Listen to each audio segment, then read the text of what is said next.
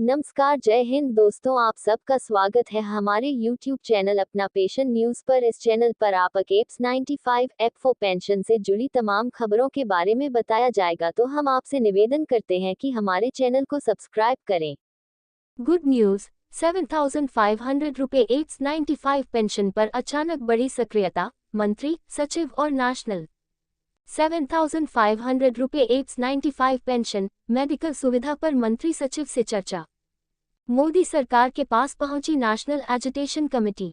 NAC के पदाधिकारियों ने ईपीएस 95 पेंशन एप्स 95 की मांगों के संदर्भ में श्रम मंत्रालय में वार्ता की। प्रतिनिधि मंडल में NAC chief commander Ashok Raut थे, राष्ट्रीय महासचिव वीरेंद्र सिंह राजावत, राष्ट्रीय सचिव रमेश बहुगुणा व उत्तर भारत के मुख्य समन्वयक सुरेश डंडवाल उपस्थित रहे। कर्मचारी पेंशन योजना 1995, एम्प्लॉयज पेंशन स्कीम 1995 के तहत न्यूनतम पेंशन 7,500 रुपए लेने की जंग जारी है। केंद्र में तीसरी बार मोदी सरकार बन चुकी है।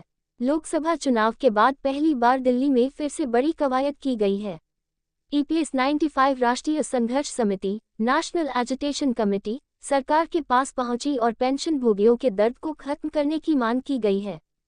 कर्मचारी भविष्य निधि संगठन, एम्प्लॉयज प्रोविडेंट फंड ऑर्गेनाइजेशन और सरकार पर सबकी नजर टिकी हुई है।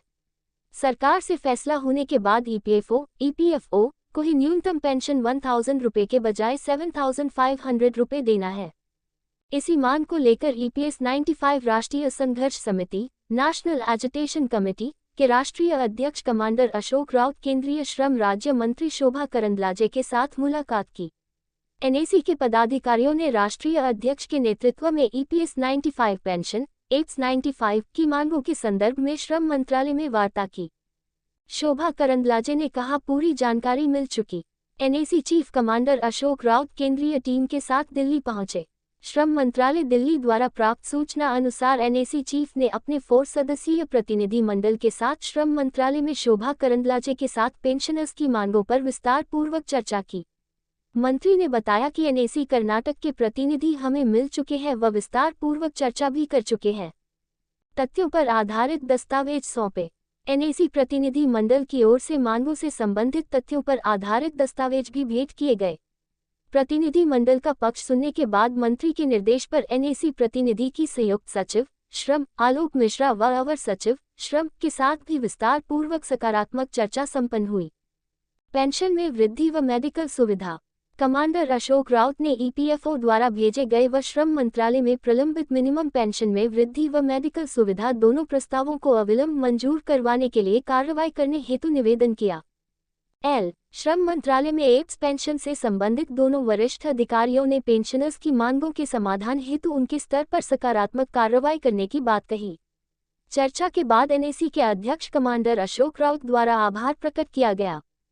इन लोगों की सक्रियता का आभार। प्रतिनिधि मंडल में एनएसी चीफ के साथ राष्ट्रीय महासचिव वीरेंद्र सिंह राजावत, राष्ट्रीय सचिव रमेश बहुगुणा व उत्तर भारत के मुख्य समन्वयक सुरेश डंडवाल उपस्थित रहे।